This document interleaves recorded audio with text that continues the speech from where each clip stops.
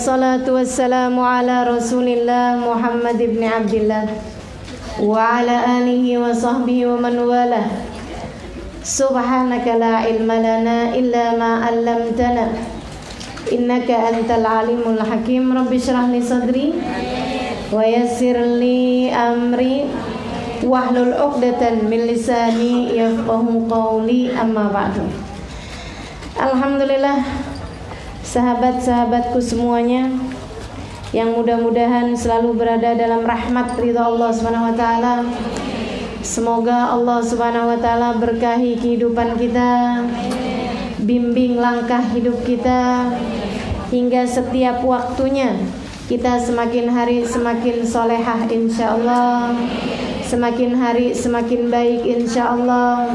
Semakin hari Allah sehatkan badan kita, Allah sehatkan akal pikiran kita, Allah sehatkan hati kita, menjadikan kita hamba-hambanya yang hidup dengan membawa afiah, dan kelak di hari akhirat nanti Allah karuniakan kepada kita pula keselamatan di padang mahsyar, di kuburan, dimanapun saja kita berada insyaallah. Amin ya rabbal alamin. Teman-teman sekalian, hari ini kita berada dalam risalah perjalanan masa depan. Dalam kita membahas masa depan kita ini ya, masa depan yang pasti. Orang kalau bahas, nak belajar yang benar biar kamu masa depannya cemerlang. Ini masa depan yang dimaksudkan sama ibu-ibu biasanya kalau ngomong sama anaknya kan masa depan saat mereka berusia dewasa. Padahal Bu, kalau kita mau jujur-jujuran, anak kita berusia dewasa tuh belum tentu. Anak kita mencapai usia dewasa belum tentu. Dan belum tentu pula dipastikan dengan pendidikan mereka, dipastikan dengan kesehatan mereka, dipastikan dengan pekerjaan yang mereka dapat, ya Bu ya. Karena kebahagiaan di masa dewasa seorang anak tidak ditentukan dengan itu semuanya. Yang tidak sekolah tinggi-tinggi tapi masa depannya baik, maksudnya ketika panjang umurnya mereka berkehidupan yang baik, banyak, betul nggak? Yang sekolahnya nggak pinter, suka dikata-katain tapi nasibnya bagus, ada apa nggak? Banyak. Yang enggak cantik tapi masa depannya bagus, ada apa nggak? Banyak. Kita ini. Teman-teman sekalian, yang cantik-cantik masa depannya bagus banyak juga. Siapa? Kita juga. Masa depannya itu nggak tergantung dengan itu semuanya, bergantung sama nasib. Kalau di dunia, nasib itu udah kelar, udah rampung, udah selesai, ditetapkan sama Allah Subhanahu wa taala. Takdir itu udah selesai, diatur sama Allah Subhanahu wa taala. Kata Allah Subhanahu wa taala, "Man yattaqillaha yaj'al lahu makhraja wa yarzuqhu min haitsu la yahtasib, wa man yatawakkal 'ala Allahi fa huwa hasbuh. Innallaha balighu amri, qad ja'alallahu likulli syai'in qadra." Qad ja'alallahu likulli syai'in qadra.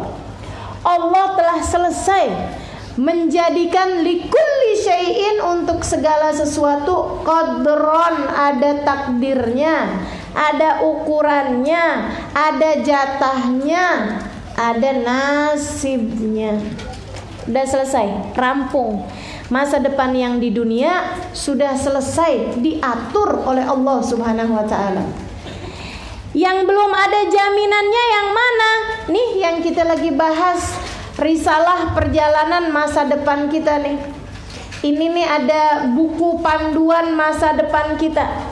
Nantinya akan ngalamin apa. Ini belum ada kepastiannya teman-teman sekalian, belum ada jaminannya. Masing-masing dari kita belum pernah mendapatkan jaminan. Ada nggak di sini yang udah kedatangan malaikat Jibril? Terus bilang dah ente mah tenang aja, husnul khotimah pasti. Ada? Tenang. Nanti kamu dikuburnya jadi raudhah min jannah. Ada yang udah dapat jaminan? Adakah di antaramu yang sudah kedatangan, misalnya gak usah malaikat Jibril deh, malaikat lain makhluk sama kita, didatangi misalnya bagindanya Nabi Muhammad alaihissalam, kemudian bilang, tenang nak, kamu dalam kubur nanti bersama denganku. Ada? Belum ya. Gak ada jaminannya teman-teman saudaraku sekalian. Dan gak ada seorang pun di antara kita yang sudah mendapatkan jaminan nanti kamu di padang mahsyar bakalan selamat. Gak ada juga. Nanti kamu di hari akhirat bakalan selamat. Belum ada juga. Nanti kamu di saat mizan bakalan berat timbangan amal kebaikan. Gak ada jaminan. Nanti kamu saat lewat jembatan bakalan selamat. Nanti kamu di akhir kehidupan surga tempat kembali kamu. Belum ada jaminan teman-teman saudaraku sekalian. Karenanya daripada memusingkan masa depan yang sudah selesai diatur, lebih baik memusingkan masa depan yang belum ada jaminannya. Sebab kalau bukan kita yang berbekal menuju masa depan kita yang pasti, namun kita belum ada jaminannya, itu siapa lagi yang akan berbekal? Tidak ada yang akan berbekal untukmu selain dirimu teman-teman saudariku sekalian. Kalau urusan dunia ini, satu, udah ada jaminannya. Dua, bakalannya ada orang-orang yang bisa disandarin teman-teman saudariku sekalian. Ada aja. Kita kalau lagi susah-susah, Allah bantu kita dengan orang-orang di sekeliling kita. Kan begitu? Ada orang tua kita yang seapa-apanya gak bakalan biarin kita sampai kelaparan. Betul kan? Seapa-apanya gak bakalan biarin kita sampai gak punya baju, gak bisa keluar. Gak ada, saudaraku sekalian. Sampai kita sakit, gak ada yang bawain kita ke dokter. Gak ada. Urusan kesehatan kita ini teman-teman, jangankan orang tua kita, pemerintah kita aja mikirin. Halo? Jangankan keluarga kita, orang yang menyayangi kita, pemerintah kita aja mikirin teman-teman saudara sekalian. Tapi urusan kamu selamat di hari akhirat, kalau nggak kamu yang mikirinnya dari sekarang, siapa lagi? Kamu gak akan bisa ngarepin. Nah ntar kita friend ya di akhirat, kita bilang sama anak kita, nanti kalau kamu lihat mama gak ada gimana gitu, perlu bantuan, tolong ya nak ya. Gak bisa kita. Dari sejak sekarang misalnya kita janjian gitu sama teman kita, lo gue baik-baikin ya sekarang ya, tapi ntar pokoknya nih. Gak bisa teman-teman sekalian. Gak ada. Gak akan ada yang pernah bisa saling membantu satu sama lain. Begitu ya, manusia yang bisa bantu baginda kita Nabi Muhammad. Tapi itu pun perlu untuk kamu berbekal menuju kepada bantuan beliau tersebut di dunia ini. Kan begitu? Masa depan akhirat gak ada yang memikirkannya kalau gak kita. Masa depan akhirat gak ada jaminannya dari Allah SWT. Belum ada jaminannya. Dan teman-teman sekalian, masa depan akhirat begitu dekatnya. Saya gak lagi bilang kiamat dekat, karena itu belum tentu. Perasaan saya kayak masih agak lamaan gitu. Tapi saya lagi mau bilang betapa sangat dekatnya kematianmu, kematianku, teman-teman sekalian. Kiamatnya mungkin bisa terjadi ratusan tahun lagi, saya nggak pasti, saudara sekalian. Tapi kematianmu, mana ada yang terjadi ratusan tahun lagi? Nggak ada. Mungkin di antara kita sudah ada yang kain kafannya sudah tersedia di toko. Mungkin di antara kita sudah ada orang-orang yang sekarang tuh tanahnya kuburan, sampingnya itu akan menjadi tempatmu giliran berikutnya. Kita nggak tahu teman-teman sekalian. Kita nggak tahu, bisa esok, bisa lusa, bisa 10-20 tahun yang akan datang. Tapi semua masa tersebut adalah pendek berbanding dengan lamanya kelak akhirat yang akan kita dapati. Karenanya saudaraku sekalian saya muliakan, yuk kita mikirin masa depan kita. Kemarin kita sudah bahas betapa sangat rumitnya perjalanan menuju kepada kematian. Begitu sangat sakitnya saat-saat sakaratul maut. Kita udah bahas kemarin bagaimana kelak di dalam kubur kita akan menjadi seperti apa. Termasuk kelompok yang manakah kita yang dibahagiakan dalam alam kuburnya, atau Allah Subhanahu wa taala akan sengsarakan kita dalam alam kuburnya. Kemarin kita udah bahas pula bagaimana dahsyatnya apabila terjadi hari kiamat, yang bahkan gunung-gunung yang kita kira adalah makhluknya Allah yang paling kuat hanya akan menjadi seperti anai-anai yang berterbangan, hanya menjadi seperti debu-debu yang berhamburan. Manusia-manusianya, kata Allah Subhanahu wa taala, hanya akan menjadi seperti debu-debu yang berhamburan.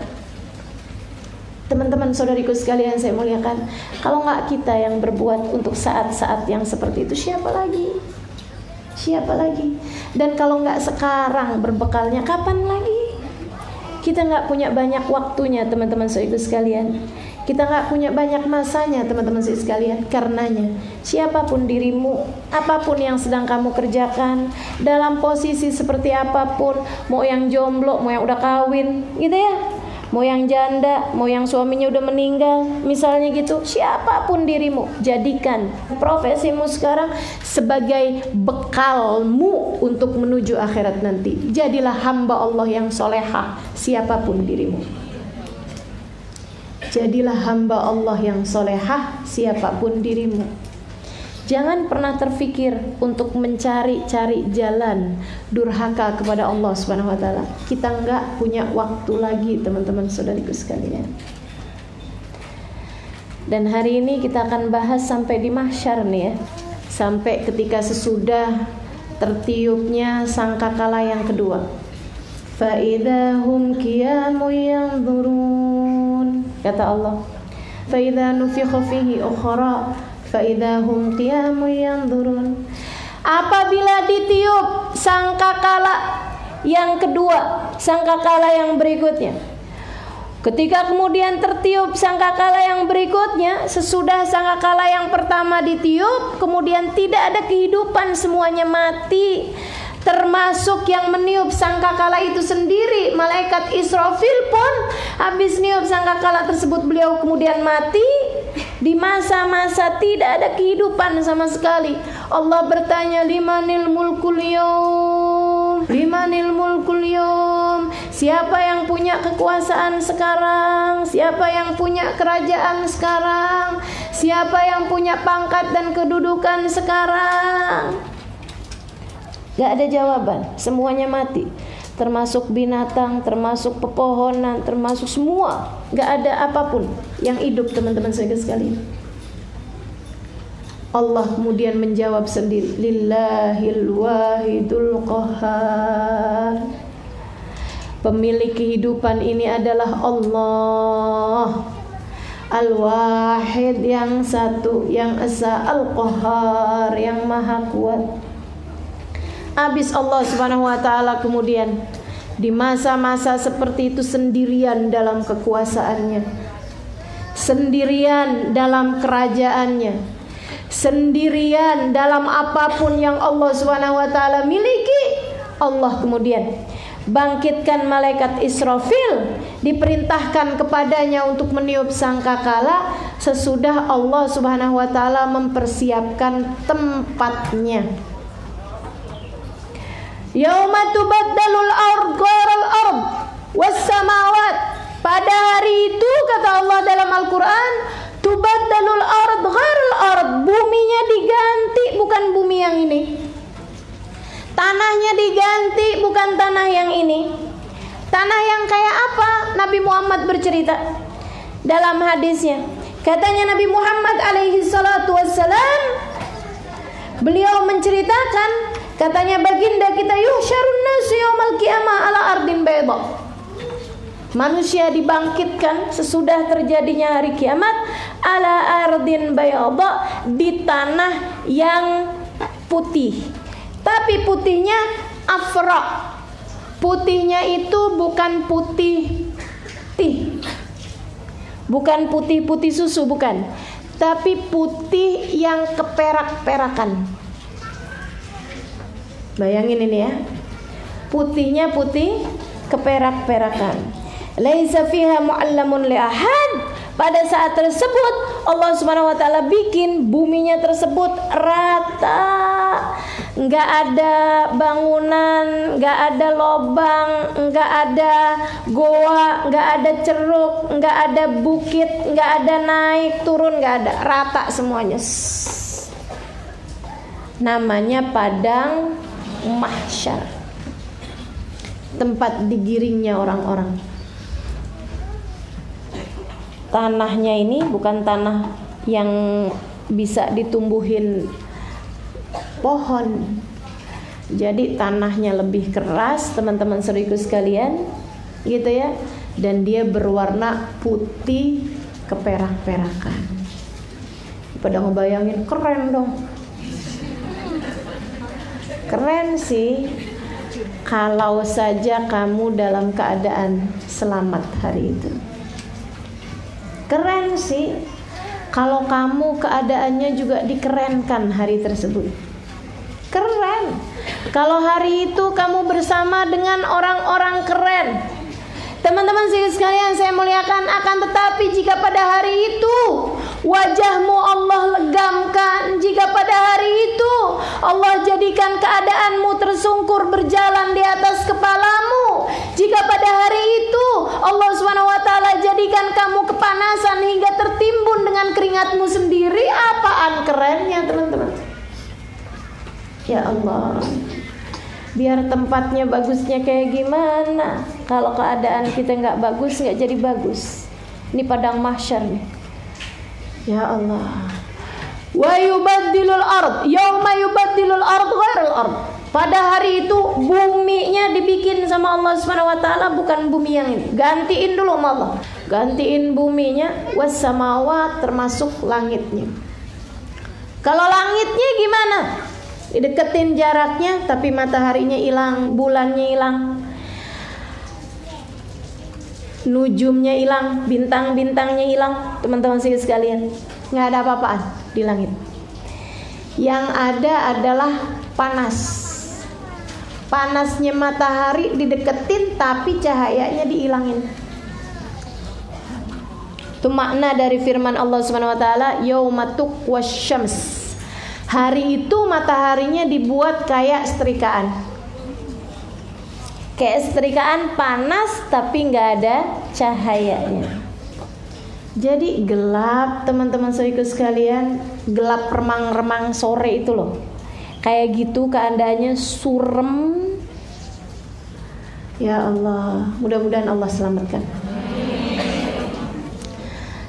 Allah kemudian bangkitkan malaikat Israfil, ditiupkanlah sangkakala. Habis ditiupkan sangkakala, semua manusia kemudian tumbuh bareng-barengan padang mahsyar. Desek-desekan, rame-ramean.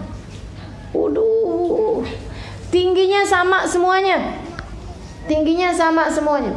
Kayak tingginya Nabi Adam alaihissalam. Ya. Lebih tinggi dalam sekitar 50 dirok, saudaraku sekalian. 1 dirok itu sekitar setengah meter. Kalau 50 dirok berarti sekitar 25 meteran. Itu tingginya manusia pada saat-saat seperti itu. Umurnya juga kira-kira sama. Umur di akhirat tuh enggak ada yang jadi lebih tua, enggak ada yang jadi lebih muda, kecuali yang meninggal dunia sebelum balik. Nah itu ditetapkan Allah Subhanahu wa taala sebagai wildanun mukhalladun. Sebagai wildan, pelayan-pelayan surga, anak-anak surga, mukhalladun yang dikekalkan mudanya. Jadi kecil terus gitu. Jadi sekalian saya muliakan, tapi manusia yang sempat menjalani masa-masa dewasa, masa-masa balik, sesudah balik, walaupun baru balik seminggu teman-teman saya sekalian, ataupun orang yang menjalani masa tua sampai dengan di atas 100 tahun sekalipun, nanti di hari akhiratnya umurnya disamain. Berapa tuh? Salasa wa salasin, dalam sekitar umur 33 tahun. Makanya ketika Nabi Muhammad ditanya sama seorang perempuan tua, Rasul, doain saya biar masuk surga. Kata Nabi, maaf po, di surga kagak ada nenek-nenek. Di surga, di akhirat nggak ada nenek-nenek, teman-teman saya sekalian, nggak ada. Jadi nenek-nenek nggak masuk surga. Maaf ya Nek. Kata nenek-neneknya, nggak merasa, saya masih baru 27 tahun. Teman-teman sekalian saya muliakan. Jadi itu di akhirat umurnya orang semua sama rata, tingginya orang kurang lebih semuanya sama juga. Untuk pembalasan yang memang sama rata, pembalasannya disesuaikan dengan amal ibadah masing-masing, disesuaikan dengan iman masing-masing, disesuaikan dengan kehidupan waktu di dunianya masing-masing, dan tentu saja disesuaikan dengan hati waktu hidup di dunianya masing-masing. Dengan hati yang sama, teman-teman saudariku sekalian, kita akan datang ke padang mahsyar nanti. Hati yang sama gitu tuh. Makanya yang paling beruntung di akhirat tuh yang datang dengan bawa cinta. Bawa cinta sama Allah, bawa cinta sama Rasulullah, bawa cinta sama orang-orang soleh. Itu tuh dia. Makanya katanya Nabi Muhammad SAW, yuhsyarul mar'u ma'aman ahab. Seseorang akan dikumpulkan di hari akhirat nanti ma'aman ahab, bersama dengan orang yang dia cinta. Bukan bersama dengan orang yang ibadahnya sama. Enggak, teman-teman sekalian. Enggak. Bukan bersama dengan orang yang ibadahnya sama. Karena kita sama Nabi Muhammad ibadahnya mah jauh banget. Kita sama guru-guru kita ibadahnya jauh banget. Kita sama orang-orang soleh di atas kita ibadahnya jauh banget. Akan tetapi Nabi Muhammad bercerita, kita di hari akhirat nanti dikumpulkan dengan yang kita cinta. Ya Allah, senang bener. Asli ini hadis nih pencerahan banget bagi orang-orang yang ngerti. Bagi yang gak ngerti sih biasa-biasa aja dengernya. Tak kayak bagi yang ngerti, teman-teman sekalian, ini hadis pencerahan banget. Karenanya wajar kalau sahabat tuh sampai bilang sesudah Nabi Muhammad berkata hadis yang seperti itu, karena sahabat bilang, ma farihna ba'dal Islam aktsar min hadal hadis. Enggak ada hal yang lebih membahagiakan kami sesudah Islam. Maksudnya yang pertama yang paling membahagiakan adalah iman dan Islam. Yang kedua hadis ini, katanya mereka. Tidak ada yang lebih dapat membahagiakan kami sesudah Allah karuniakan Islam daripada hadis ini. Kenapa? Karena saudaraku sekalian, kita ibadah, kalau hitungannya di hari akhirat tuh cuman ibadah doang. Kita ibadah satu nggak bisa banyak kayak mereka. Betul nggak? Apalagi zaman sekarang sibuk. Sibuk apa enggak? Sibuk bener, jalanan macet, ya enggak? Itu sibuk nih. Sibuk makan, sibuk tidur, sibuk nganggur, sibuk males. Sibuk nganggur tuh lawanan ya. Saya sekarang lagi sibuk apa? Sibuk nganggur. Teman-teman sekalian, kesibukan kita kan banyak. Ngurusin suami, ngurusin anak, ya enggak? Ngurusin handphone. Ruwet, saudara sekalian. Nah ini nih, kalau buat nyamain ibadah putus asa kita. Kalau buat nyamain akhlak, aduh apalagi. Putus asa gak mau nyamain akhlak? Putus asa. Mau nyamain ibadah putus asa, nyamain akhlak putus asa. Sekedar nyamain rasa hati, sekedar nyamain perilaku, sekedar nyamain cara ngomong. Ya ampun, susah bener.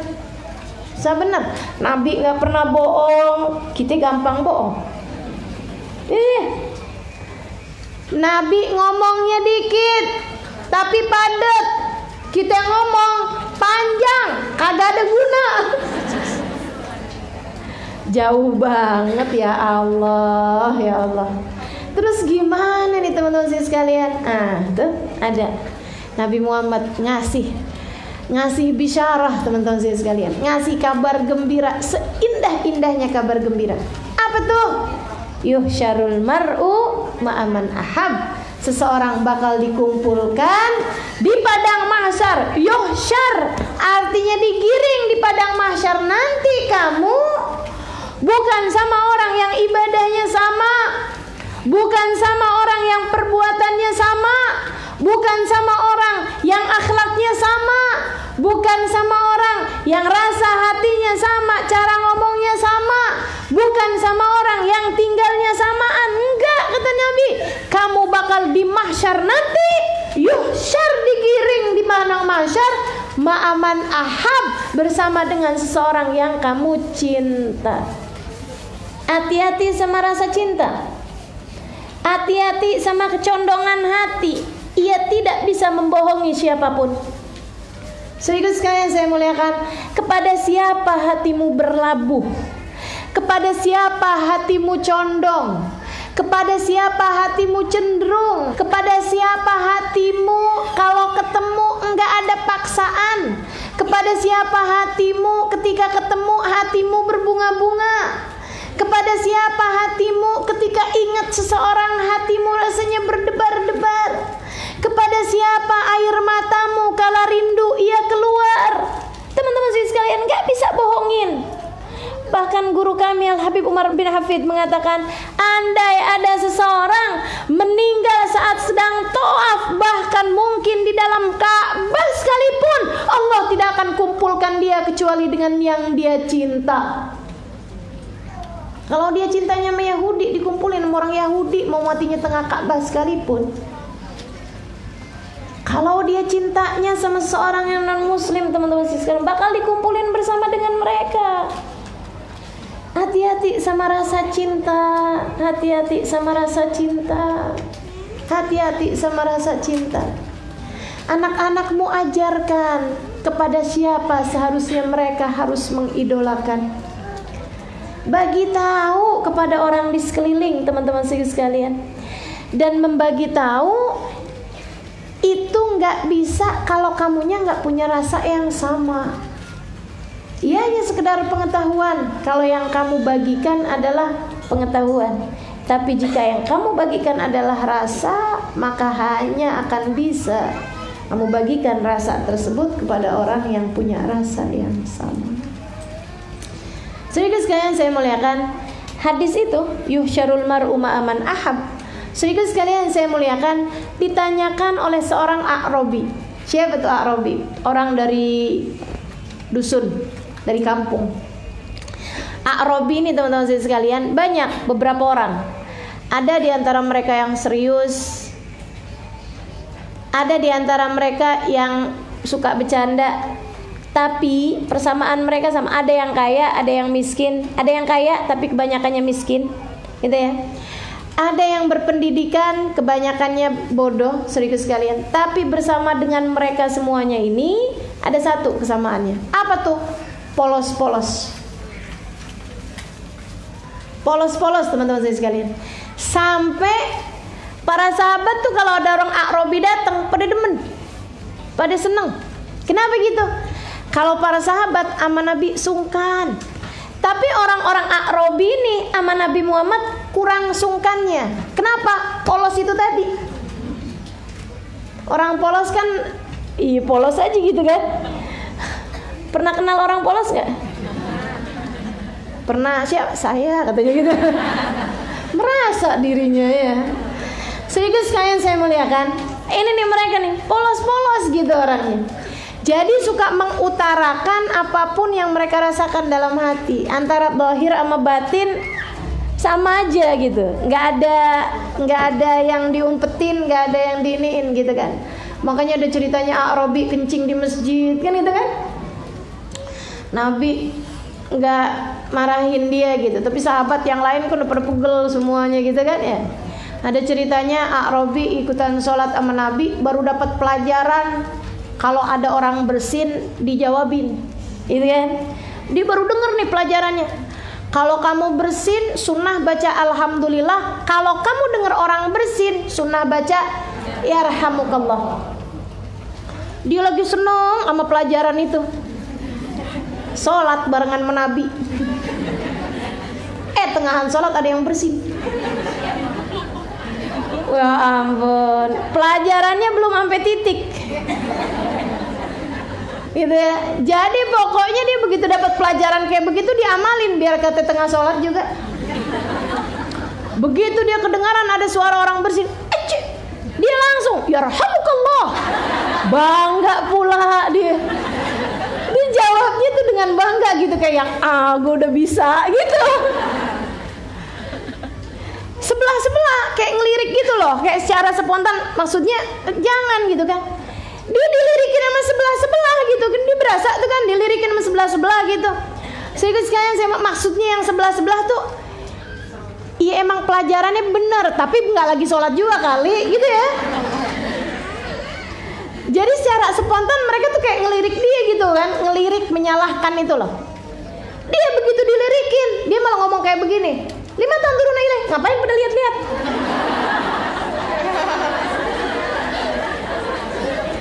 Kenceng pula ngomongnya, ya Allah, ya Allah. Nah ini Arabi nih, ceritanya lucu-lucu teman-teman. Tapi saya nggak mungkin menceritakan itu karena kita sedang membahas padang mahsyar. Jadi yang ingin saya ceritain hadis mengenai padang mahsyarnya Arabi ini tadi ya. Satu ketika ada seorang Arabi, teman-teman sekalian, yang lagi ikutan sholat Jumat barengan sama Nabi. Lagi tengah-tengah Nabi khutbah Jumat, Nabi memang ada cerita mengenai apabila datang hari kiamat dan seterusnya, mengenai pembalasan dan lain sebagainya. Arabi, dia ini habis dapat pelajaran juga. Kalau nanya tuh pakai pembukaan, angkat tangan, gitu kan? Udah diajarin nih sama sahabat etika nanya. Cuma dia juga dapat pelajarannya belum sampai titik. Kalau khutbah Jumat nggak ada sesi tanya jawab. Ah itu dia. Khutbah Jumat mana pakai sesi tanya jawab? Ya Allah. Jadi tengah-tengahan Nabi lagi bahas urusan khutbah Jumat nih tentang hari kiamat. Ya ayyuhan nas ittaqullah, kan begitu tuh khutbah Jumat kan ya. Nabi itu kalau khutbah Jumat seringnya berapi-api gitu. Jadi kayak khutbah-khutbah Jumat yang sering orang-orang dengar memang seperti itu kurang lebih ya. Maksudnya Nabi mau bikin orang tuh jadi ingat akhirat gitu loh. Sehingga sekalian saya muliakan. Oh ya perlu diketahui ya, saya nggak pernah khutbah Jumat. Nggak perlu itu ya. Baik, sehingga sekalian saya muliakan. Ini lagi tengah-tengahan Nabi khutbah Jumat, si Arabi angkat tangan. Kayak udah bener kan? Mau nanya pakai angkat tangan. Bener nih pelajarannya, diamalin sama dia. Cuman belum titik itu tadi. Jadi dia angkat tangan dan belum titik juga, belum dipersilahkan udah langsung nanya. Begitu Nabi Muhammad lihat, "Ya Rasulullah, mata sa'ah." Pakai langsung nanya, "Rasul, kiamatnya kapan dong?" Nabi lagi cerita kiamat, dia nanya, "Rasulullah, kiamat tuh kapan?" Ini gitu. Maksudnya kau udah ceritain tentang kiamat, kapan tuh Rasul kiamat? Para sahabat ngasih isyarat sama dia buat diem, Nabi juga kasih isyarat dia buat turunin tangannya, gitu kan? Nabi nggak jawab. Nabi lanjut khutbah. Habis selesai Nabi Muhammad khutbah, sebelum Nabi Muhammad sholat Jumat, Nabi tanya, "Manisail an-nisa'ah?" Kata Nabi, "Tadi siapa yang nanya tentang kiamat?" Sahabat nih angkat tangannya tadi itu, yang tadi dengan bangga, "Ana ya Rasulullah." Saya tadi Rasul yang nanya. Nabi balik nanya sama dia, "Sa'altani anis-sa'a mada 'adatta laha?"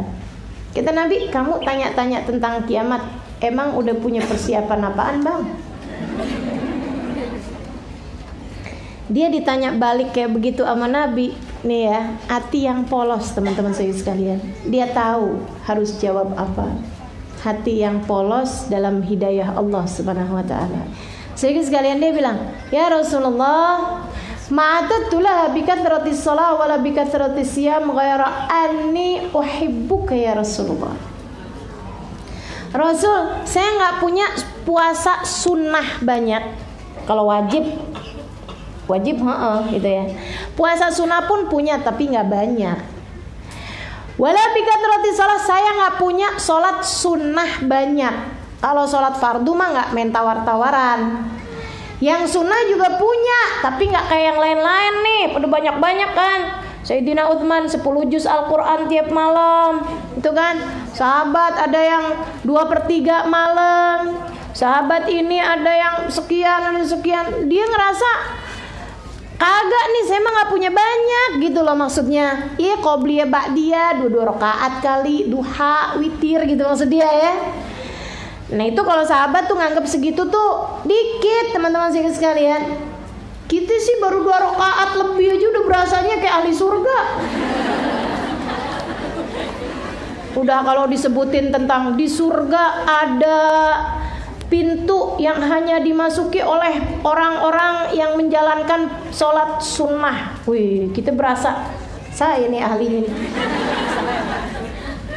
Wah, panggil nih saya meno pintu. Ya ampun, ya ampun. Teman-teman sekalian, dia bilang, ya Rasulullah, saya nggak punya puasa sunnah banyak, saya nggak punya sholat sunnah banyak, tapi Rasul, aku cinta padamu. Aku cinta padamu. Jadi sekalian, waktu dia nanya di tengah khutbah, tuh sahabat sebel sama dia.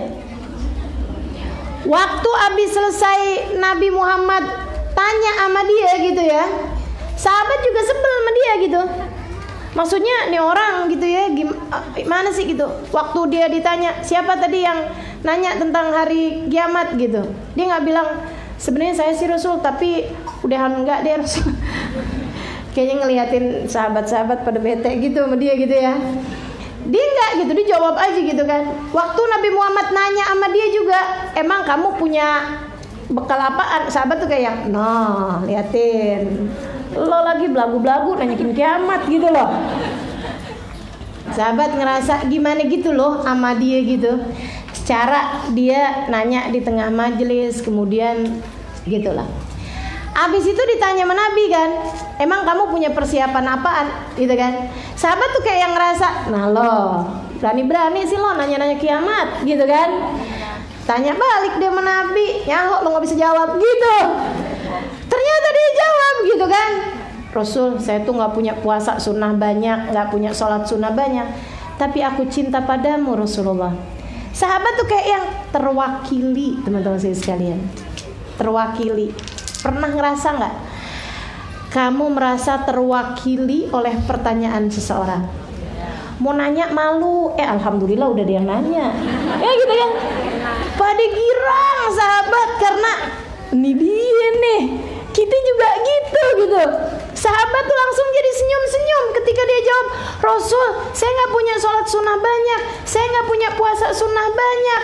Sahabat kebanyakan yang ngerasa kita juga gitu. Kalau ngebandingin ibadah kita sama Sayyidina Abu Bakar, sama Sayyidina Utsman, sama Sayyidina Umar, sama Sayyidina Ali, ya ampun, gitu loh ngerasanya teman-teman sekalian. Apalagi kok bandingin sama Nabi Muhammad alaihissalam, yang bangun malam hatta tawaramat qadamah, yang bangun malam sampai bengkak telapak kakinya. Ya ampun, gimana nih kita nih. Tapi kita juga tahu hati kita nggak bohong. Ghairu anni uhibbuka ya Rasulullah, bahwa kami cinta padamu wahai Rasul. Ibu-ibu sekalian, Nabi ketika dibilang seperti itu, nih ya, nggak seperti pendapatnya ustadz, dai, ustadah, syekh yang entah di mana mungkin kamu dengar, yang mengatakan bahwasanya bekal menuju akhirat hanya taat sama Nabi, nggak perlu cinta. Ziarah ke makam Nabi bid'ah, bahkan musyrik. Sholawatan sama Nabi nggak boleh. Kita puji-puji sama Nabi nggak boleh. Padahal orang kalau cinta pasti dengan sendirinya memuji. Sama halnya dengan orang kalau benci pasti juga ngata-ngatain yang dibenci kan begitu. Secara normal itu teman-teman saudaraku sekalian. Saudaraku sekalian saya muliakan. Nih, nggak seperti pendapat-pendapat mereka itu, bahwasanya yang namanya hidup nih cuma taat-taat doang. Hatimu nggak boleh cinta sama Nabi Muhammad alaihissalam. Hatimu nggak boleh punya rasa cinta. Nabi bilang saudaraku sekalian, dan ini hadisnya sahih. Bahkan para sahabat, para ulama ada yang mengatakan mutawatir, karena Nabi menyebutkannya dalam khutbah Jumat. Teman-teman sekalian, khutbah Jumat mana yang diikuti nama sedikit orang? Nggak boleh, nggak sah. Hadisnya diriwayatkan banyak sahabat. Nabi kemudian mengatakan, anta ma'aman ahbabta. Kata Nabi, kamu jika benar cintamu, kamu bakal dikumpulkan dengan yang kamu cinta. Dia lagi cerita cintanya sama siapa? Dia enggak lagi cerita dia cinta sama orang tua, dia bakti sama orang tua. Enggak, teman-teman sekalian. Dia enggak lagi cerita saya cinta sama istri saya, enggak teman-teman saya sekalian. Dia nggak lagi cerita bahwa saya cinta sama anak-anak saya, enggak saya sekalian. Dia nggak lagi cerita bahwa dia cinta sama seorang raja, enggak. Dia lagi cerita bahwa dia cintanya sama Nabi. Nabi Muhammad bilang, kamu bakal berkumpul dengan yang kamu cinta, bakal digiring bersama dengan yang kamu cinta. Sahabat langsung pada ikutan angkat tangan, teman-teman sekalian. Nabi kemudian nih, kenapa nih berenanya nih, gitu ya, heran Nabi. Nabi kemudian mempersilahkan kepada Sayyidina Ibnu Abbas. Ini kayaknya pertanyaannya sama. Jadi Nabi hanya satu aja yang diminta perwakilan. Hibrul ummah, tintanya umat Islam. Dia bakalan jaga tuh apa yang udah disampaikan sama Nabi. Dia bakalan bener, dia bakalan nulis, dia bakalan sampein, dia bakalan ini, bakalan itu. Jadi Nabi nanya, apa Ibnu Abbas? Sayyidina Ibnu Abbas bilang, ya Rasulullah, lahu khasah aulana amah. Rasul, ucapanmu tadi, kamu bakal berkumpul dengan orang yang kamu cintai, buat dia aja atau buat semuanya Rasul? Itu khusus buat dia doang atau buat kita semuanya nih Rasulullah? Karena kami merasa terwakili sama pernyataan dia, tapi kami nggak tahu jawabanmu khusus buat dia atau buat siapapun, buat dari kami juga yang merasa terwakili juga, kan gitu ya? Nabi Muhammad kembali tersenyum, kemudian mengatakan, yuhsyarul mar'u ma'aman ahab. Siapapun orangnya, dia akan dikumpulkan dengan yang dia cintai. Kapan? Waktu di dunia ini. Jadi nggak bisa bilang saya bakalan cinta sama Nabi Muhammad entar di padang mahsyar. Sekarang sih sama pejabat aja dulu. Nggak bisa, nggak bisa saudaraku sekalian. Cintamu di sana, kamu kumpulnya di sana, nanam benih cintanya di sini. Nanamnya di sini, buahnya ntar kamu petik di padang mahsyar. Ketahuan sebenarnya kamu cintanya sama siapa. Tar di padang mahsyar kamu bakal dikumpulinnya sama siapa. Mudah-mudahan Allah kumpulkan kita dengan orang soleh. Amin ya rabbal alamin. Makanya tuh kalau kita habis baca doa maulidnya Habib Umar tuh, ada doanya yang kita ulangin 3 kali. Dari pentingnya, ya Rabbi wajma'na wa ahbaban lana fi darikal firdausi ya rajwana. Ya Allah, kumpulkan kami bersama dengan orang-orang yang kami cinta di surga Firdaus-Mu ya Allah, bil Mustafa, bersama dengan baginda kami Nabi Muhammad. Ya Rabbi wajma'na wa ahbaban lana fi darikal firdaus ya rajwana bil Mustafa salli alaihi wa alihi ma harakat rihus sabah ghusana, bersama dengan Nabi Muhammad dan keluarganya ya Allah. Teman-teman sekalian saya muliakan, nah itu ya. Jadi yang pertama, bahwasanya akan adanya padang mahsyar, itu sesuatu yang hak. Dan juga bahwasanya padang mahsyar itu teman-teman sekalian, tanahnya seperti yang tadi telah saya sampaikan, warnanya putih keperakan. Langitnya udah Allah ganti menjadi langit tanpa bintang, tanpa bulan, bahkan tanpa cahaya matahari. Saudara sekalian saya muliakan. Kemudian manusianya pada hari itu, nih kitanya nih gimana nih? Matahari dideketin ya, panas nih ya, panas tapi redup, maksudnya enggak ada cahayanya. Saudara sekalian saya muliakan, manusianya kemudian diturunkan hujan. Kata Allah Subhanahu wa taala nih, yushbih mani rijal, mirip sama spermanya laki-laki, kemudian manusianya tumbuh zut. Tingginya kurang lebih sama, umurnya kurang lebih sama. Seperti yang tadi telah saya sampaikan, cuman teman-teman saya ikut sekalian, ufatan uratan, kata Nabi Muhammad alaihissalam, nggak pada pakai baju, nggak ada yang pada pakai sendal, nggak ada pakai penutup kepala, semuanya sama-sama rata. Katanya Sayyidah Saudah alaiha ridwanallah, salah satu istri Nabi Muhammad alaihissalam, wa sau'atah, aduh Nabi, malu bener dong kita. Jadi kita ntar dikumpulin nggak pada pakai baju Rasul. Wa sau'atah, malunya ya Rasulullah. Kata Nabi Muhammad alaihissalam, ya Saudah, likulli imri'in minhum yauma idin sya'nun yughni. Pada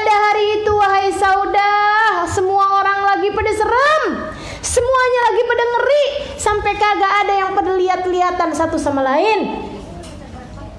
Serem bener, ngeri bener. Jadi nih ibu-ibu sekalian, mahsyar itu tuh perkara yang nyeremin, saudara sekalian saya muliakan. Nyereminnya sampai bikin orang tuh nggak ada yang saling lihat-lihatan satu sama lain, apalagi mohon maaf lihat-lihatan aurat satu sama lain. Nggak ada ceritanya, semuanya sibuk mikirin, sibuknya nggak diapa-apain, sibuk nganggur tadi nih yang saya bilang. Jadi kalau ditanya apa kegiatan mahsyar, sibuk nganggur teman-teman saya sekalian, sibuk dicuekin. Kalau sibuk nganggur masih enak ya, yang nganggur badannya sama pikirannya, ini sibuk dicuekin. Jadi semuanya nganggur, cara badannya berdiri doang gitu, digiring doang gitu, saudara sekalian, akan tetapi pikirannya sibuk. Sibuk ngapain? Sibuk mikirin, ya ampun, abis ini ditanya, abis ini nih kemudian ada hisab, abis ini kemudian ada akhirat. Gimana nih nasib saya nih? Ini Allah lagi murka nih. Ini gimana modelnya nih? Ya ampun, ini gimana nih nasib saya nih? Ya Allah, ini kayak apaan nih abis ini nih? Ya ampun, serem. Kayak begitu. Sibuk dicuekin. Kita kalau lagi tahu nih, kita lagi dicuekin. Kenapa dicuekin? Karena dia lagi ngambek sama kita. Entah itu anak dicuekin sama orang tuanya, entah itu istri dicuekin sama suaminya, apalagi suami dicuekin sama istrinya. Jangan dikira dia gak kepikiran. Seringkali tuh cewek-cewek kalau lagi dicuekin sama suaminya, dia ngomong kayak gini, gue sih ya mendingan diomelin daripada dicuekin. Bener gak? Bener gak? Saya tahu kenapa cewek ngomong kayak begitu, lebih baik diomelin daripada dicuekin. Karena katanya cewek, kalau diomelin gue bisa balas ngomel lagi. Gitu ya. Tapi kalau dicuekin, ya Allah, bingung setengah mati teman-teman sekalian. Dan ya, orang tuh kalau marahnya biasa-biasa ngomel. Makanya ada yang ngomel tuh tanda cinta. Emang benar. Emang benar, kan begitu ya? Tapi kalau udah dicuekin, itu ngomel tingkat langit ketujuh. Kita sekarang udah tahu nih istilahnya nih. Itu kalau kita dicuekin, kita lagi dimarahin tingkat mahsyar. Tingkat padang mahsyar tuh ya. Ya Allah, hari itu Allah sedang murka dengan kemurkaan, la yaghdab qablahu wala ba'dahu qad, kata Nabi Muhammad. Wahai Saudah, hari itu Allah sedang marah dengan kemarahan yang tidak ada sebelum dan sesudahnya. Karenanya kemudian semuanya pada sibuk dengan pikiran masing-masing, dan itu membuat orang gak ada yang lihat-lihatan satu sama lain. Ya Allah, saudara sekalian saya muliakan, kata Nabi Muhammad alaihissalam, hari itu Allah bikin jadi 3 kelompok dalam hal keadaan mereka di saat dibangkitkan di mahsyar. Yusyarun nas yaumal qiyamah salasatu asnaf. Orang ketika dibangkitkan di hari kiamat tuh ada 3 kelompok orang. Apaan Rasul? Rukbanan musyatan wa ala wujuhihim. Serem bener. Kelompok yang paling enak dibangkitkan dalam keadaan dikasih kendaraan. Jadi giringnya tuh jalan pelan-pelan digiring tuh loh. Sedikit sekalian saya muliakan. Ala rukban, dengan dinaikin di atas kendaraan. Kendaraan apaan? Macam-macam kendaraannya. Nah, ini banyak diantara para ahli tafsir mengatakan bahwasanya kendaraannya itu adalah yang dia kurbankan di saat dia hidup di dunia. Ada yang bilang begitu. Tapi secara kebanyakannya para ulama yang lain mengatakan itu cuman sebahagian, dan itu sebagian kecil. Teman-teman saya sekalian, jadi jangan sedih yang belum pernah kurban. Ustazah tiap tahun nabung sih, tapi kebelinya baru ayam. Itu juga itik. Bukan yang gede. Gimana dong Ustazah? Teman-teman saya sekalian, nggak ada insya Allah ya. Bukan itu. Itu hanya sebagian kecil teman-teman saya sekalian. Sebagian kecil. Tapi yang secara kebanyakannya nih, amalan kita tiap hari, keadaan hati kita tiap hari, ibadah kita tiap hari. Dan yang namanya ibadah bukan hanya ibadah badan, sholat, puasa ya, tapi ibadah hati. Ingat Allah, rasa syukur kepada Allah, rasa sabar. Ini semuanya nih ibadahnya hati teman-teman sekalian. Husnudzon kepada Allah, husnudzon sama semua hambanya Allah, itu namanya ibadahnya hati sekalian. Ini ibadahnya hati ini sekalian. Semua ibadah yang kita lakukan ini adalah merupakan kendaraan kita yang bisa kita naikin di hari akhirat nanti.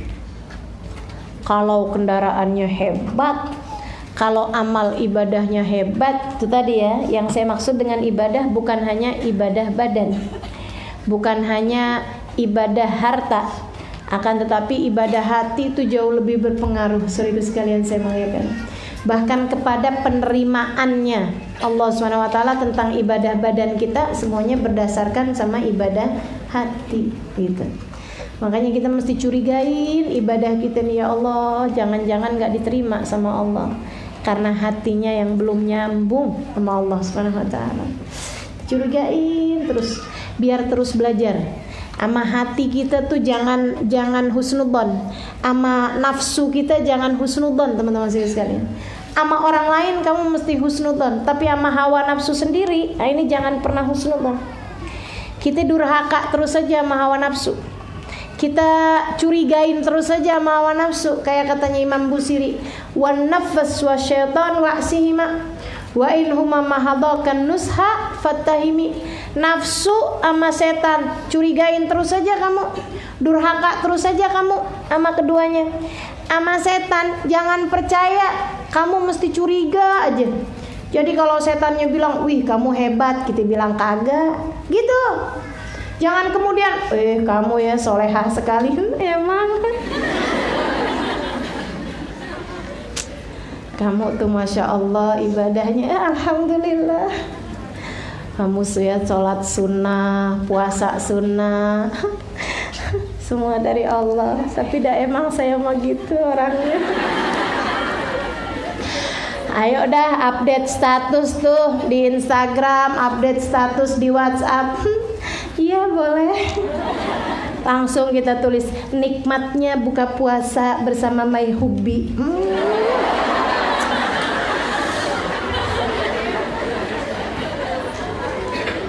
Ya Allah. Kamu kurang curigaan, teman-teman saya sekalian. Kamu kurang curigaan. Sama siapa? Sama hawa nafsu. Curigain hawa nafsumu, curigain setanmu.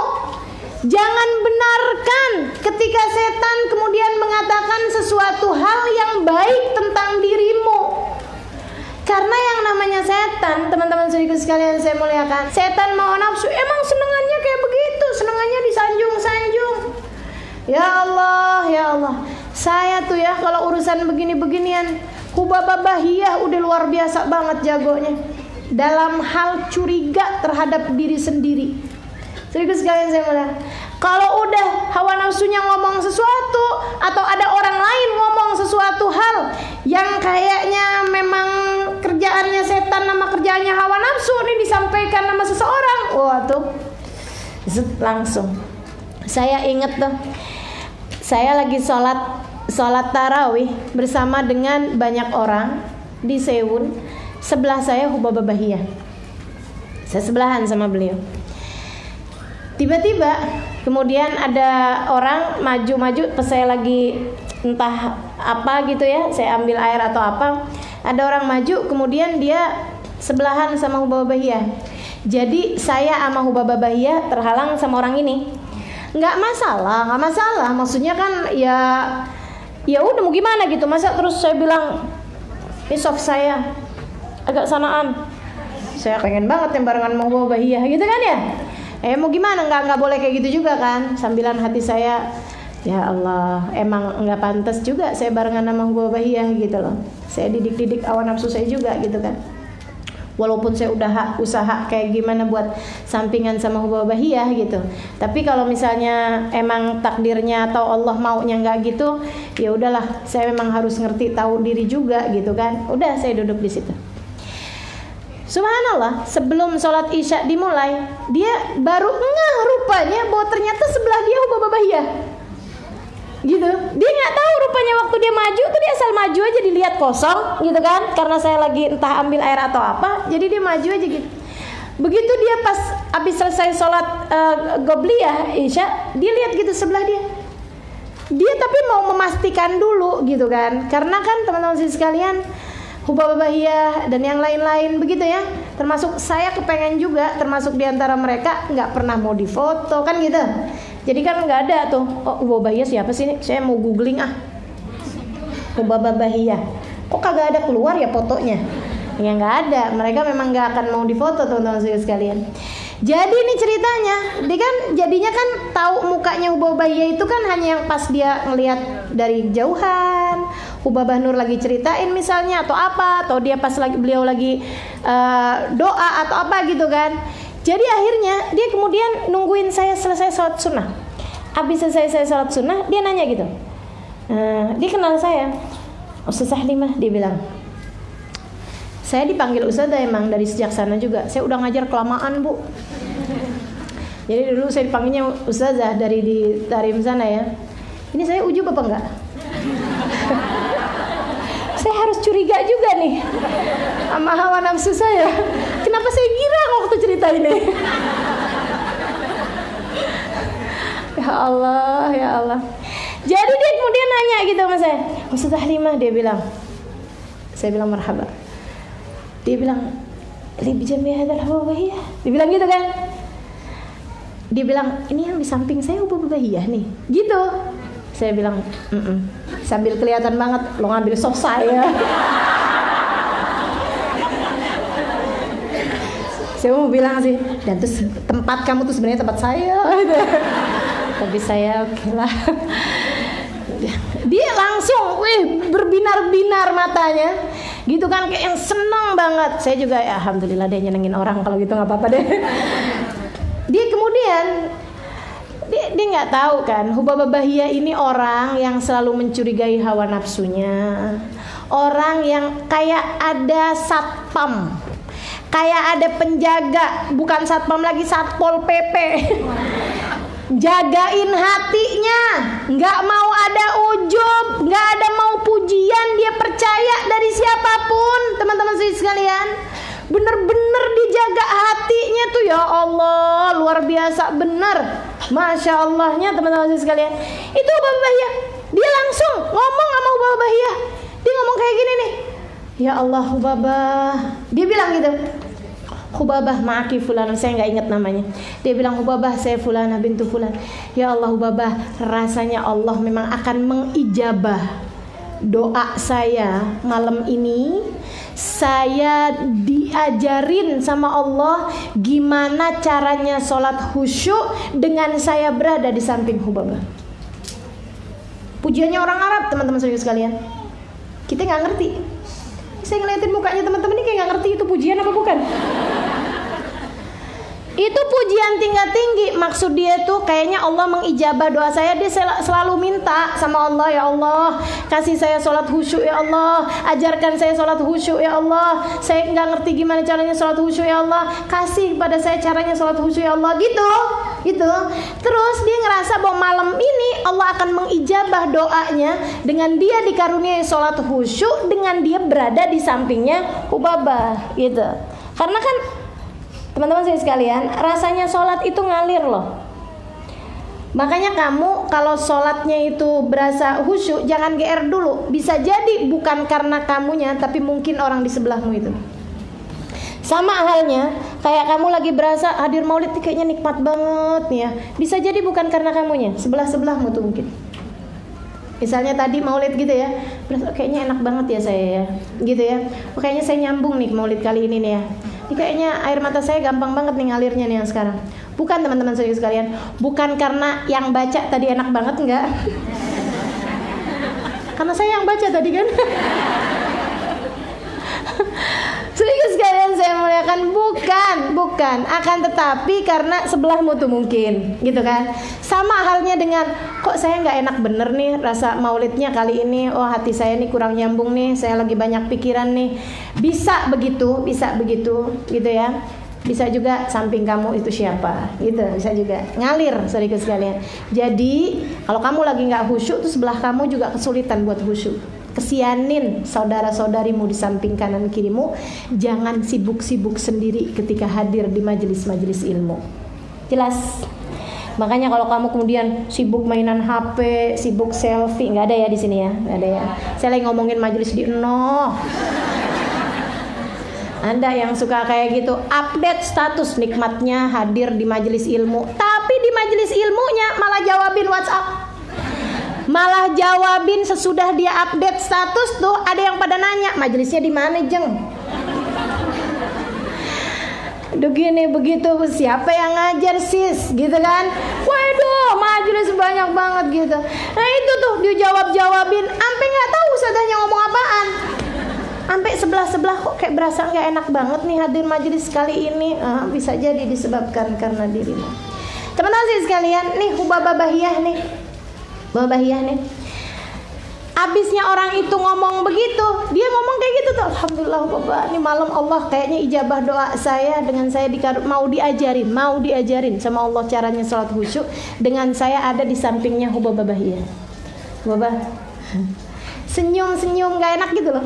Saya udah ngeliat Hubabah, saya begitu ngeliat Hubabah senyum kayak gitu, saya udah tahu aja nih, kamu salah caranya. Abisnya itu pas waktunya komat, teman-teman sekalian, begitu waktunya komat, Hubabah ya tarik tangan saya, Alimat sekali, yuk kita pindah. Ya ampun, si orangnya tinggal bengong aja. Ya Allah, diajaknya saya pindah ke sof yang lain. Ya Allah, Hubabah ya. Mungkin ketika dia merasa, nih orang gimana sih? Maksudnya kok saya percaya ya sama apa yang diomongin orang ini. Saya memang sholatnya khusyuk, misalnya gitu. Hubabah langsung set, gitu kan. Kamu gak tahu siapa saya. Doamu gak sedang diijabah karena kamu berada di samping saya. Kamu salah. Gitu. Jadi Hubabah kemudian langsung melipir, set. Ya Allah. Tuh Hubabah ya, gak pernah percaya sama pujian orang, gak pernah percaya sama inian orang. Teman-teman sekalian, Masya Allah.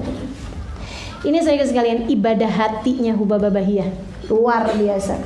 Ini ya, Nabi kemudian ngasih tahu, anta ma'aman ahbabta, kamu nanti di hari akhirat itu bakal bersama dengan orang yang kamu cinta, urusan hati, sedikit sekalian saya muliakan. Nah ini ibadah kita ini, sedikit sekalian saya muliakan, ibadah kita ini yang kelak akan menjadi kendaraan kita nanti datang di hari akhirat nanti. Terutamanya bukan hanya ibadah badan, sedikit sekalian, tapi ibadahnya hati. Ibadah hati yang tawadhu, ibadah hati yang penuh syukur, ibadah hati yang sabar sama kehidupan yang terjadi apapun, yang sabar, dikasih sakit yang sabar, dikasih ada orang yang mendolimi kita yang sabar, husnudzon sama orangnya tuh kita punya tuh. Nah insyaallah mudah-mudahan jadi kendaraan teman-teman sekalian di hari akhirat nanti. Ada yang naik kendaraan dibangkitkan, ada yang musyatan jalan kaki, ada yang ala wujuhihim, ini yang kita ngeri. Ada yang dibangkitkan nanti jalannya di atas kepala. Sahabat nanya, Rasul, kaifa yamshin nas ala wujuhihim? Ya Rasulullah, gimana modelnya orang jalan di atas kepala mereka? Gimana tuh caranya jalan di atas kepala? Kita nggak bisa bayangin karena emang nggak biasa kan, nggak ada orang kita lihat jalan di atas kepala. Teman-teman sekalian, saya tanya, ada nggak kamu pernah lihat orang jalannya nggak di atas kaki tapi di atas tangan? Karena cacat. Karena kakinya nggak bisa jalan, yang jalan tangannya. Pernah lihat nggak orang jalan di pundak? Tangannya, kakinya nggak ada, jadi dia jalannya itu di pundaknya gitu, kayak ngesot gitu. Saya pernah lihat, tapi nggak di kenyataan. Saya lihat di itu loh, di video lah gitu ya, entah dari YouTube, entah dari apa, jalan di pundaknya gitu. Jadi sekalian, pernah lihat orang jalan di atas kepala? Saya nggak pernah. Mungkin teman-teman juga nggak pernah ya.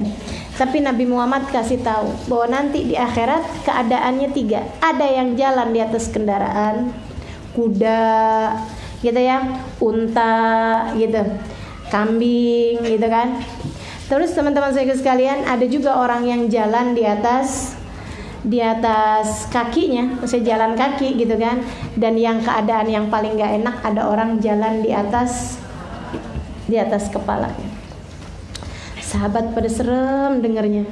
Kata Nabi Muhammad, yang dapat menjalankan seseorang di atas kakinya, dia pula lah yang bisa juga menjalankan orang di atas kepala mereka. Siapa mereka? Yaitu yang gak punya amal kebaikan, yang dia gak beriman kepada Allah, atau waktu hidupnya beriman kepada Allah, matinya gak bawa iman. Ini yang mesti kita minta sama Allah. Ya Allah biha, ya Allah biha, ya Allah bihusnil. Saudara sekalian saya muliakan, habis gitu Allah Subhanahu wa taala di mahsyar nanti itu ngasih rasa panas. Ngasih rasa panas karena kepala didekatkan itu ya, karena matahari didekatkan jaraknya itu.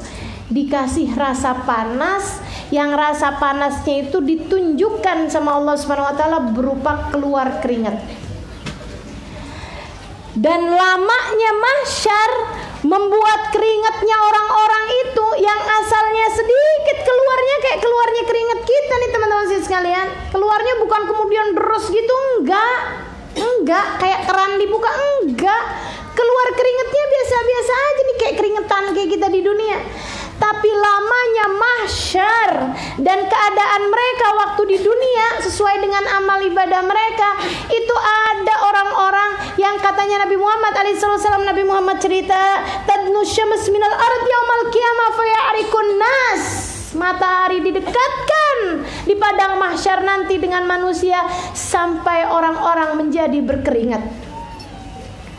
Faminhum man balagh irkuhu ila aqibih. Ada di antara mereka kata Nabi Muhammad yang keringatnya itu sampai ke mata kakinya. Di bawah kena ke mata kaki. Ada yang kemudian sampai ke lututnya. Ada yang kemudian sampai ke pusarnya. Ada yang keringatnya nyampe ke lehernya. Ada yang keringatnya kata Nabi Muhammad man yablugh hakadha, kata Nabi Muhammad sampai lewatin tinggi tubuhnya, tenggelam dengan keringatnya sendiri. Saudara sekalian, kebayang kalau kemudian dijalankan di atas kepalanya, kemudian keringatnya Allah jadikan sampai melebihi kakinya. Kakinya yang di atasnya berarti di jalannya di atas kepala. Kayak apaan keadaannya sepanjang mahsyar. Saudara sekalian, berapa lama sih di mahsyar? Berapa lama di mahsyar? Sehari, sejam, 5 jam. Lama di mahsyar, 5 hari. Lama di mahsyar tuh 10 hari. Lama di mahsyar tuh setahun. Lama di mahsyar tuh berapa lama? 300 tahun. Dan itu menurut hadis yang bercerita tentang padang mahsyar yang malah hitungannya sebentar teman-teman sekalian. Dalam hadis yang lain Nabi Muhammad mengatakan 50.000 tahun. 50.000 sanah. 50.000 sanah. 50.000 tahun. Kok ada hadis yang mengatakan 300 tahun, ada hadis yang mengatakan 50.000 tahun. Kenapa bisa begitu? Saudaraku sekalian saya muliakan, sebenarnya katanya para ulama enggak bertentangan tuh hadis yang mengatakan 300 tahun sama yang 50.000 tahun. Bertentangannya sama perasaan masing-masing yang ada di mahsyar tersebut. Sama kayak kita teman-teman sekalian. Kalau lagi seneng jadi kayak bentaran doang, ya kan begitu ya. Tapi kalau lagi susah, kalau lagi pas sakit gigi tuh, nungguin dokter sakitnya yang banget gitu. Ya Allah, ya Allah, sedetik aja berasa. Bener nggak? Nggak usah semenit, sedetik rasanya berasa.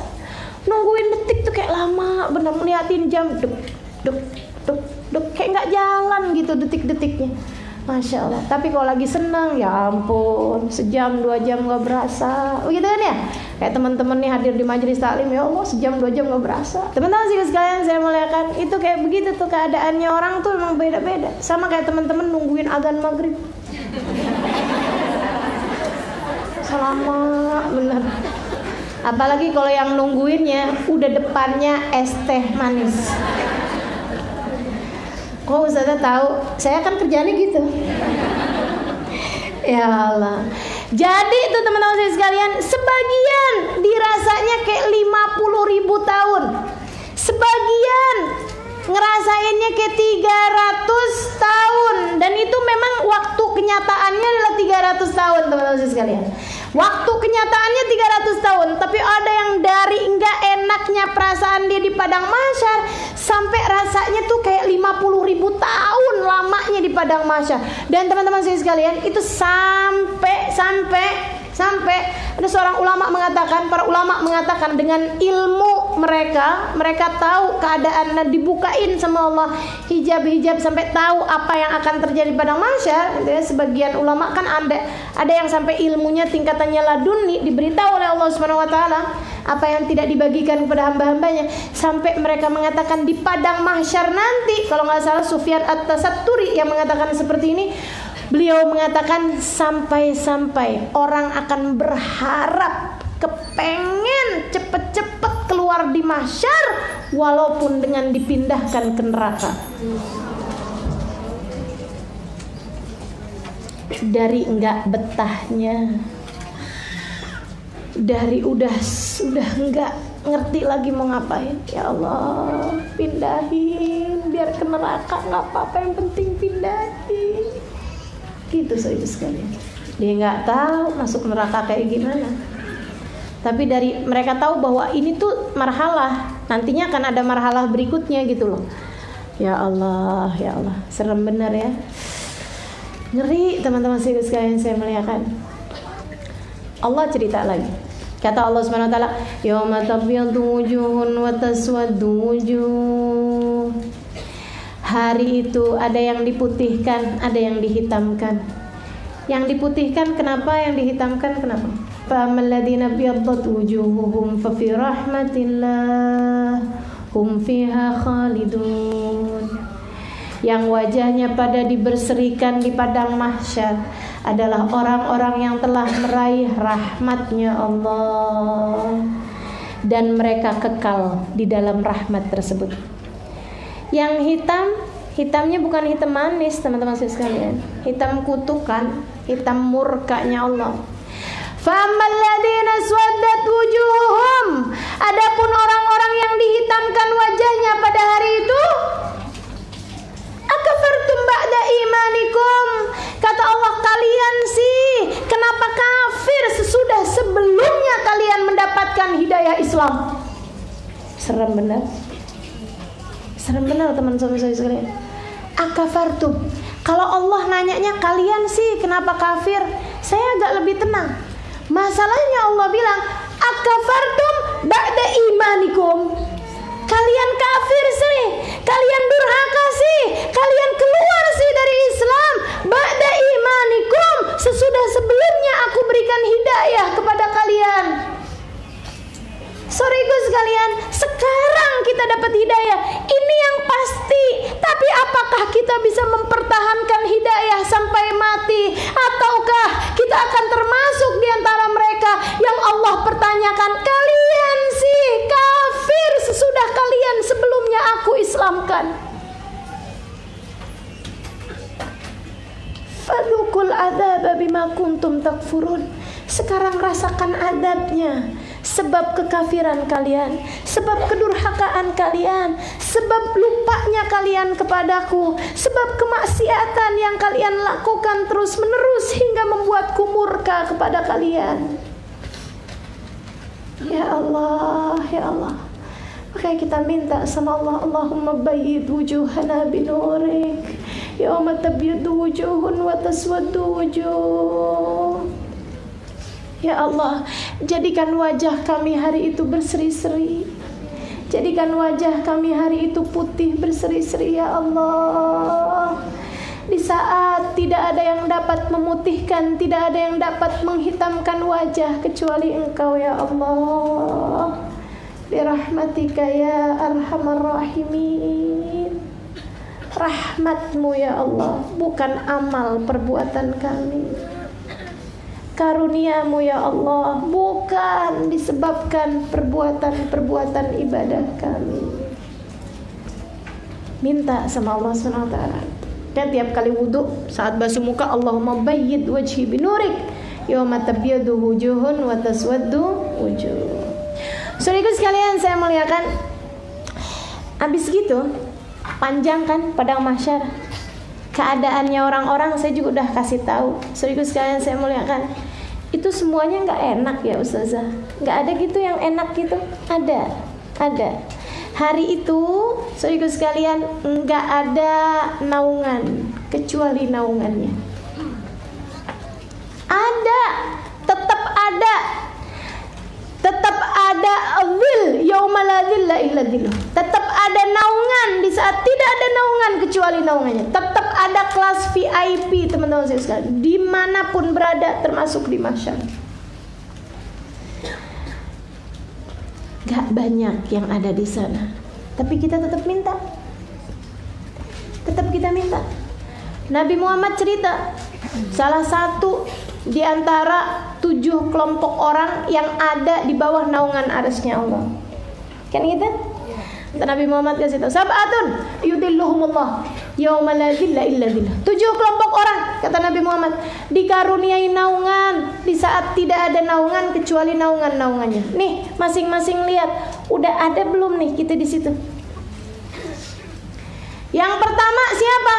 Imamun adil. Pejabat yang adil. Kita udah masuk belum? Belum. Karena kan kita nggak jadi imam adil. Kenapa kita nggak jadi imam adil? Karena kita bukan imam. Imam maksudnya di situ tuh yang kayak gimana sih? Imam itu yang mimpin negara, atau mimpin provinsi, atau mimpin kabupaten, gitu ya.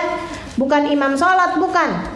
Kalau imam sholat doang mah nggak perlu adil, betul nggak? Gitu ya.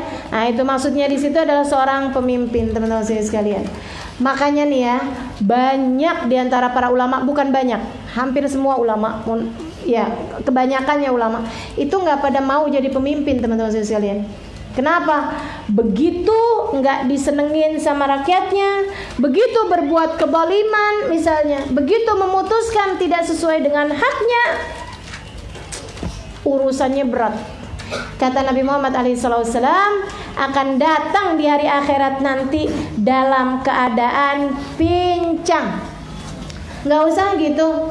Oh ini seneng nih, para istri dengarnya seneng nih yang saya mau sampaikan. Nggak usah gitu. Suami yang punya 2 orang istri aja, kalau nggak bisa adil, datang di hari akhirat dalam keadaan pincang.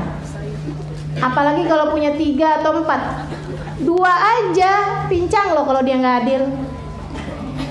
Ini para istri-istri ini dalam hatinya gini, yes, punya bahan. Punya bahan buat bilang sama suaminya. Kalau suaminya izin mau poligami, dijawabnya kayak gini nih, bang, bukan saya nggak sayang, justru karena saya sayang bang, saya tuh mikirin akhirat abang, takut pincang. Saudara sekalian, imam adil ini ya, di hari akhirat nanti dia akan berada di bawah naungan arsy-Nya Allah. Kemudian yang keduanya, Yang keduanya, berarti yang pertama kita lewat, dah enggak ya kita ya. Jangan kalau gitu biar saya dinaungin di bawah naungan arusnya Allah, saya mau jadi pejabat aja. Jangan, resikonya terlalu besar. Teman-teman saya sekalian, jadi nggak usah lah. Saya nggak nyalanin teman-teman buat nyalek, nyapresnya, nggak udah. Iya gitu ya. Satu, takut nggak bisa adil. Yang kedua, romannya kagak ada yang milih. Nggak usah. Yang kedua, teman-teman saya sekalian, yang akan dinaungi di bawah naungan arusnya Allah dari kelompok 7 ini, syab nasya fi taatillah. Seorang pemuda yang terdidik, yang terjaga hidupnya sebelum balik sudah dalam jalan taat kepada Allah. Nih, kalau ada di antara teman-teman yang sudah menutup aurat, sudah nggak tinggal sholat sebelum balik, itu boleh berharap masuk di sini kalau diterima insya Allah, gitu ya. Kalau udah ada yang ngerti jalan menuju Allah bahkan dari sebelum balik. Ini kayaknya romannya ibu-ibu juga kagak nih. Mengalami masa jahiliyah semua ya Bu ya. Udah nggak usah diterus-terusin. Saya takutnya nanti pengakuan dosa ada terjadi di sini. Ya gitu. Syab nasya fi taatillah. Seorang pemuda atau seorang belia yang sudah hidup dalam jalan taat kepada Allah Subhanahu wa taala. Dari sebelum balik udah tahu sholat sunnah, udah tahu puasa sunnah Senin Kemis, dan udah ngerjain, udah jalanin. Masya Allah, Masya Allah. Ibu mungkin ibu-ibu enggak, tapi jangan jadikan harapan anak-anak ibu untuk menjadi kelompok yang kedua ini menjadi sia-sia. Didik anakmu, bawa anakmu ke jalan taat pada Allah Subhanahu wa taala dari sejak sedini mungkin. Bukan dengan pemaksaan. Jangan jadikan anakmu menjadi seperti yang kamu mau, tapi kamu bisa mengarahkan. Kamu bisa memberikan kecondongan dalam hatimu. Kalau yang kamu agung-agungkan, yang kamu tonton, yang kamu kagumi di atas muka bumi ini artis-artis, pemain sinetron, penyanyi-penyanyi dan lain sebagainya. Kerjaanmu di rumahnya nonton apa yang ada di televisi, nonton sinetron, nonton ini, nonton itu. Saya nggak nyalahin anak-anakmu pada kepengen jadi artis, pengen jadi penyanyi, pada kepengen jadi ini itu. Emaknya teman-teman saya sekalian, emaknya, asli emaknya, ibunya. Hati-hati saudara sekalian, kamu terhadap anak-anakmu kamu sedang menanam. Kamu sedang menanam, dan hasil panen tak akan pernah berbeda dari apa yang ditanam. Perhatikan betul apa yang sedang kamu tanam terhadap anak-anakmu. Jangan menjadi orang tua yang durhaka dengan memupuskan harapan anak untuk dapat menjadi syab nasya fi taatillah, seorang belia yang tumbuh dalam jalan taat kepada Allah. Sayangi anakmu, dekap anakmu, bawa anakmu menuju surga Allah Subhanahu wa taala, sebab anakmu adalah amanah yang telah Allah Subhanahu wa taala berikan kepadamu. Baik, yang ketiga teman-teman sekalian, kita nggak akan lama lagi ya karena waktu juga. Yang ketiga, rajul galbuhu mu'allaq bil masajid. Seorang laki-laki yang hatinya bergantung di masjid. Apa sih maksudnya? Bukan kemudian pas kamu masuk masjid, seremnya. Ada apaan? Ada hati ngegantung di masjid-masjid. Enggak gitu teman-teman sekalian. Bukan hati gitu ya bergantung di masjid. Enggak, maksudnya hati bergantung di masjid itu tiap kali keluar kepengen balik, tiap kali keluar kepengen balik. Ustazah ini buat laki-laki doang? Enggak, buat perempuan juga. Tapi bukan di masjid. Di tempat-tempat perkumpulan perempuan-perempuan yang baik, seperti di majelis ilmu. Seorang perempuan yang hatinya bergantung di taklim, bergantung di majelis zikir, majelis ilmu, gitu ya. Tiap kali keluar kepengen balik lagi, tiap kali keluar pengen balik lagi, nyari tahu di mana lagi sini, gitu kan? Nah itu teman-teman sekalian saya muliakan. Gitu. Tiap kali keluar pengen lagi balik, dan itu saudara sekalian saya muliakan, enggak harus jadi murid loh, jadi guru juga ada yang kayak gitu. Kalau enggak ngajar 2 hari 3 hari pusing saya.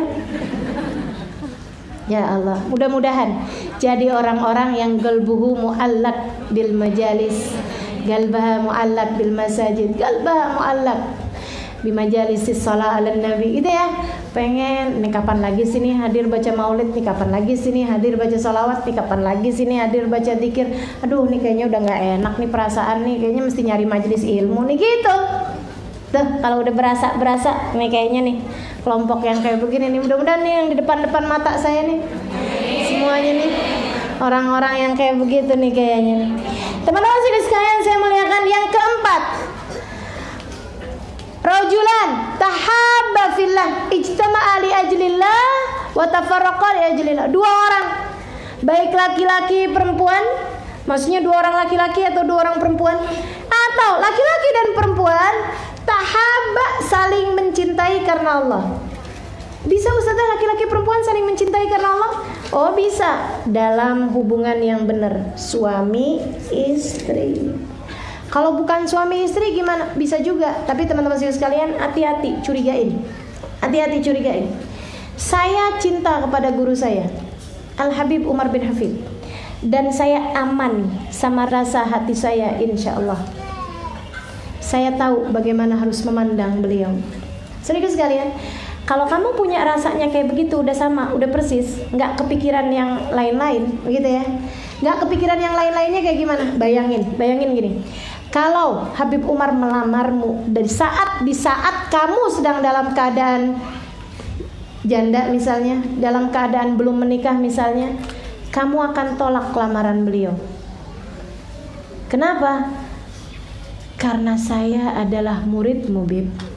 Sebab saya akan lebih aman menjadi muridmu, Bib. Dan sebab istri Habib adalah guru saya. Saudara sekalian saya muliakan, jika kamu punya rasanya udah bener kayak begitu, silahkan. Kamu berhak untuk memiliki rasa dua orang yang menyayangi. Karena maksudnya kamu punya rasa sayang kepada orang lain, rasa cinta kepada orang lain, bahkan laki-laki sekalipun gak apa-apa. Rajulan tahabba. Nah, kalau kemudian yang dimaksud dengan hadis ini adalah orang yang saling menyayangi, teman-teman sekalian, karena Allah. Kita tuh berteman, gitu ya. Kamu punya teman siapa? Kamu liatin. Kalau bertemanmu sama dia mengajak kepada kebaikan, atau teman yang baik, gitu ya. Kamu bisa masuk dalam hadis ini.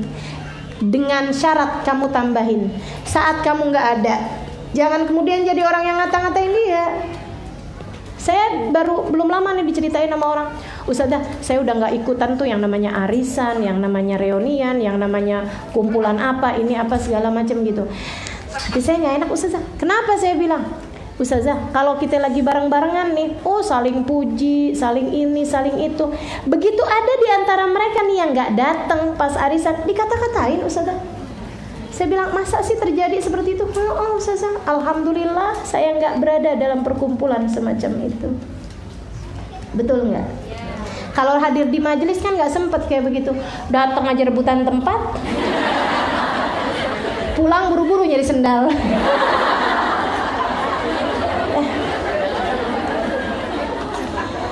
Baik teman-teman sekalian, jadi itu yang bersamanya dia itu kita jadi kebaikan gitu. Kalau kita lagi susah-susah cerita sama dia, dia ngasih jalan solusi, kan begitu ya. Nah itu, suami istri juga ada loh yang kayak begitu, kumpulnya dalam kebaikan, bersamanya dalam kebaikan, sholatnya berjamaah, ibadah barengan, ini itu apa segala macam.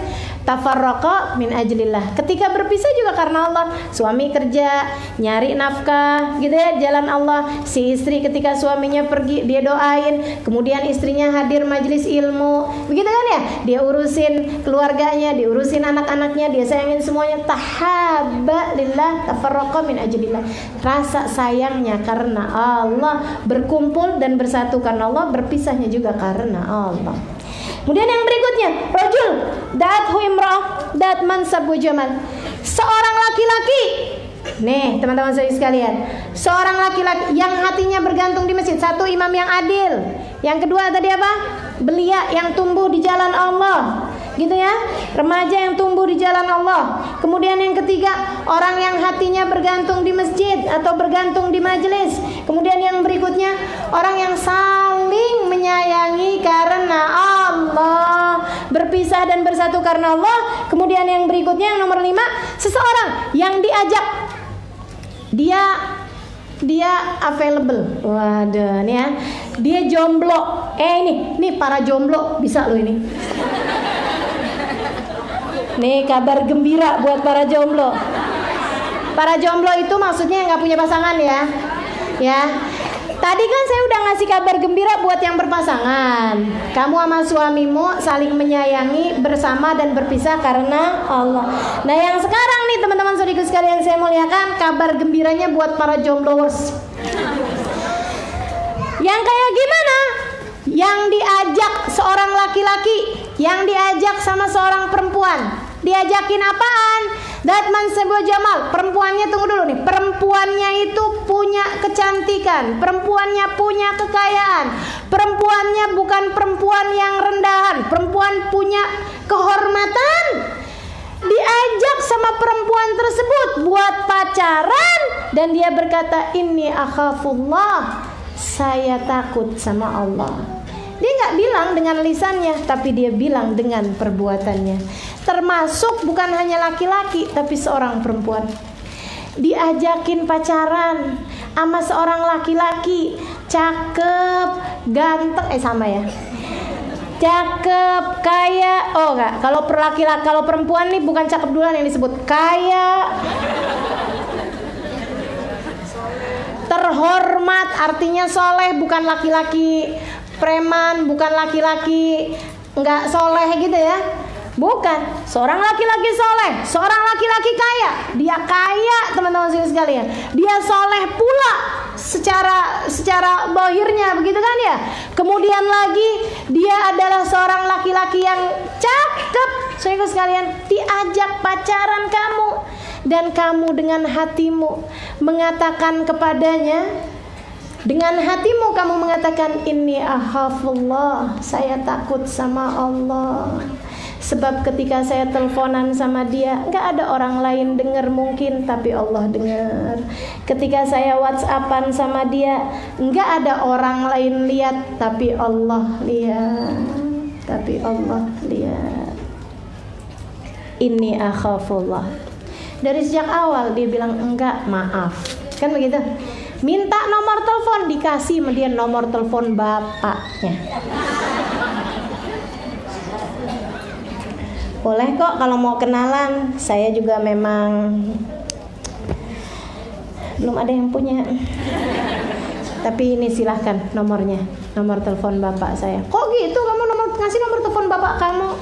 Karena saya nggak mau kita mengerjakan sesuatu hal yang baik, yaitu pernikahan, dengan jalan yang tidak baik, yaitu pacaran. Saya nggak mau menempuh jalan Allah, yaitu menikah, lewat jalannya setan, yaitu pacaran. Ustazah, saya tuh nggak pacaran tapi ta'aruf, ya sama aja.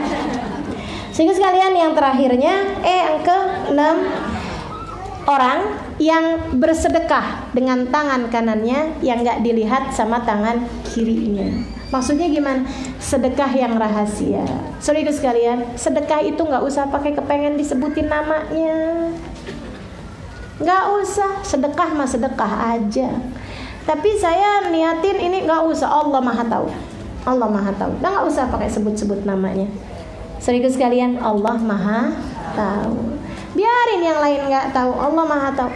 Andai kamu ikhlas sekalipun bedanya 70 derajat, apalagi kalau jadi nggak ikhlas. Gara-gara orang lain tahu, kamu jadi ujub, kamu jadi senang, kamu jadi bangga. Waduh, tambah habis-habisan. Apa yang mau kita bawa di akhirat? Kalau kemudian semua pahalanya sudah kamu dapatkan di dunia ini, berupa berkahnya harta, berupa namamu yang jadi nama yang baik, begitu ya. Nah, nggak usah. Jadi yang namanya sedekah yang rahasia itu akan membuat orangnya berhak untuk di bawah naungan arsy Allah. Dan yang ketujuh adalah seseorang yang sering kali mengalir air matanya karena Allah. Orang yang berzikir mengingat Allah, fafadat ainah, sampai kemudian mengalir air matanya. Mengalir air matanya karena apa? Bisa jadi karena takut kepada Allah, bisa jadi karena malu kepada Allah, bisa jadi karena rindu rindu kepada Allah Subhanahu wa taala, teman-teman sekalian. Nih, orang yang ingat Allah kemudian mengalir air matanya, orang yang ingat Rasulullah kemudian mengalir air matanya, mereka akan berada di bawah naungan arsy-Nya Allah Subhanahu wa taala. Apalagi yang mengalir air matanya karena rindu kepada Nabi Muhammad, teman-teman sekalian, dia berada di bawah naungan arsy-Nya Allah bersama dengan Rasulullah sallallahu alaihi wasallam. Saudara sekalian, begitu dahsyatnya mahsyar, begitu haraknya luar biasa besarnya. Akan tetapi kita minta kepada Allah, semoga Allah lindungi, semoga Allah selamatkan, semoga Allah jadikan kita berada di tempat yang paling menyenangkan kelak di hari padang mahsyar nanti insyaallah. Taqabbalallahu minna wa minkum taqabbal ya karim. La hadratin nabi al-Fatihah.